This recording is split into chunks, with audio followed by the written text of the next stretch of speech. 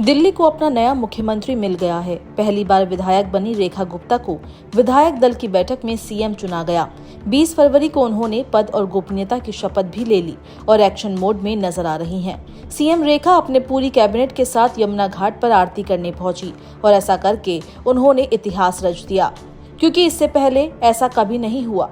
यमुना सफाई को लेकर भी दिल्ली सरकार एक्शन मोड में नजर आ रही है। मां यमुना की आरती करते हुए हमने फिर से उस संकल्प को दोहराया जो हमारी प्राथमिकता रहेगी। मां यमुना को फिर से उनके पुराने साकार स्वरूप में लेके आना, साफ सुथरा करना, दिल्ली को वो यमुना माई का फिर से आशीर्वाद देना जिसके वो अधिकारी हैं। यमुना की सफाई हमारी प्राथमिकता, उसके लिए जो साधन संसाधन लगाने होंगे उस पे पूरे लेआउट प्लान के साथ में काम किया। यहाँ घाट पर आरती करने के बाद सभी सचिवालय रवाना हुए, जहाँ नव निर्वाचित कैबिनेट की पहली मीटिंग हुई।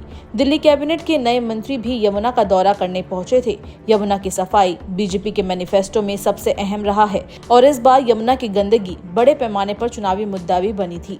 ऐसे में सबसे पहले सीएम का यमुना नदी घाट का दौरा करना, यमुना आरती में शामिल होना दिल्ली में यमुना सफाई अभियान के नए कदम की शुरुआत की ओर संकेत कर रहा है।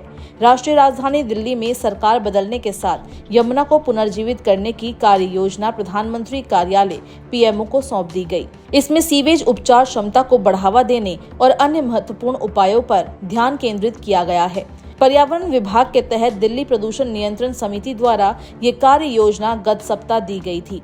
अधिकारियों ने बताया कि इस योजना में प्रमुख नालों को टैप करना, नए सीवेज ट्रीटमेंट प्लांट एसटीपी स्थापित करना, जेजे समूहों में नल निकासी प्रणाली को जोड़ना, सभी नालों को रोकना, सामान्य अपशिष्ट उपचार संयंत्रों एसईटीपी को अपग्रेड करना, बाढ़ के मैदानों से अतिक्रमण हटाना और रिवरफ्रंट का सुंदरीकरण करना शामिल है। कार्य योजना के अनुसार डीपीसीसी ने इस बात पर प्रकाश डाला है कि शहर में पल्ला से असगरपुर गांव तक यमुना के 48 किलोमीटर के हिस्से को प्राथमिकता 1 सर्वोच्च प्राथमिकता प्रदूषित खंड के रूप में वर्गीकृत किया गया है। आपको बता दें कि दिल्ली चुनाव में यमुना की सफाई को बीजेपी ने बड़ा मुद्दा बनाया था। बीजेपी की मैनिफेस्टो में यमुना की सफाई सबसे अहम रहा है और इस बार यमुना की गंदगी बड़े पैमाने पर चुनावी मुद्दा भी बनाया गया था। वहीं चुनाव में शानदार जीत मिलने के बाद दिल्ली में यमुना की सफाई नई बीजेपी सरकार की टॉप प्रायोरिटी में दिख रही है।